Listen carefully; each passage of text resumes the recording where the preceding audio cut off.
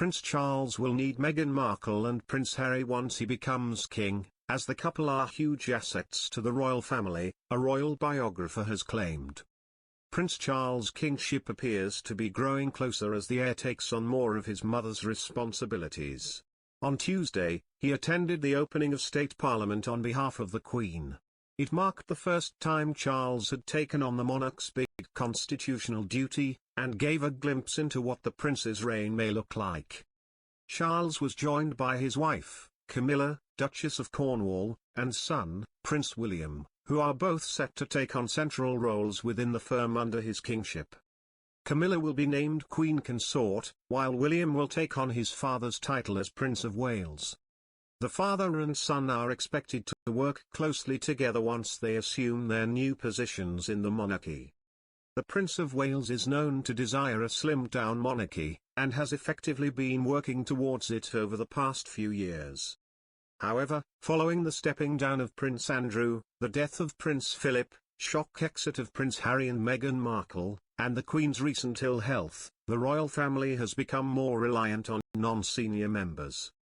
As a result, there has been speculation over whether Harry and Meghan could return to the firm as senior royals under Charles' kingship, with one royal expert claiming that it may not be a want, but a need.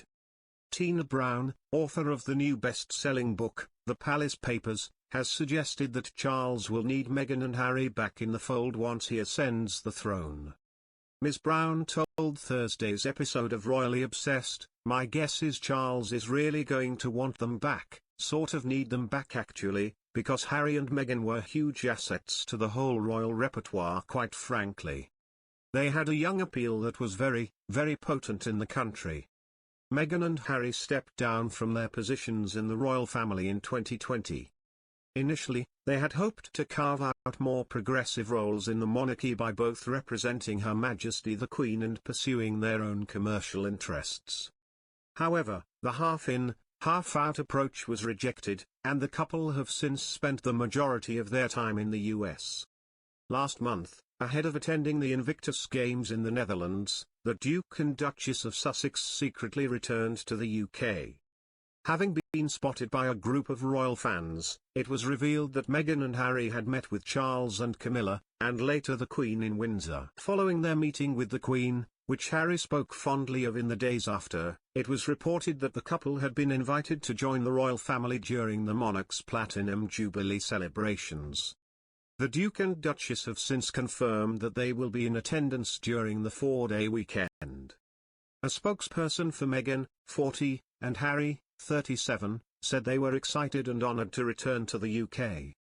They will be accompanied by their 2 children, Archie, who has not returned to the UK since the Sussex's exit, and Lilibet, who has never visited her father's home country.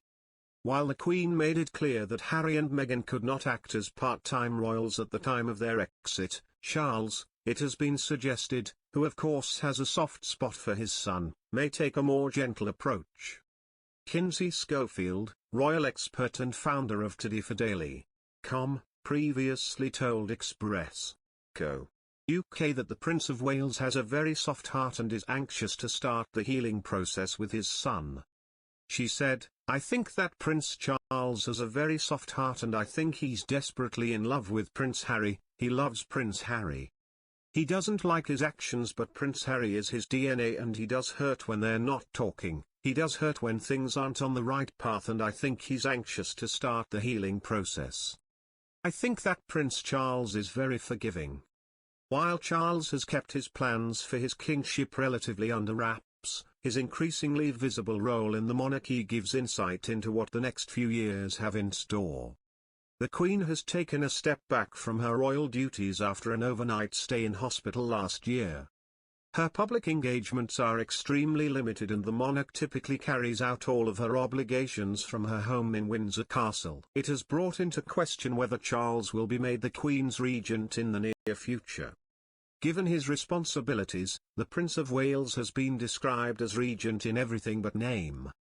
In order to make Charles Prince Regent, the Queen would have to invoke the Regency Act 1937, which states that the monarch's duties will be performed by a regent if the monarch is declared to be incapable of performing royal functions. While some experts have claimed that the act could be triggered within the year, others believe that Her Majesty is still very much in charge. Duncan Larkham, former royal editor at The Sun, recently told the Daily Beast, "My understanding is that there is nothing catastrophically wrong, the Queen just is 96, and I suspect, for all the palace's denials, that Charles will actually be officially installed in some kind of regency capacity within a year." Tuesday changed everything. The Queen really has no option if she is continually unable to perform her role as head of state. However, Robert Lacey, royal expert and author, told People magazine that the Regency Act will not be invoked in this case. He said, "Asking her son, Charles, and William to attend is clearly about succession, about emphasizing a partnership and teamwork. Regency involves a surrender of constitutional authority, which is very much not happening in this case." He added, "The sense I get from everyone I speak to is that the Queen remains totally in control of her faculties and of everything at the palace. The problem is physical mobility, and that is not a constitutional or regency issue."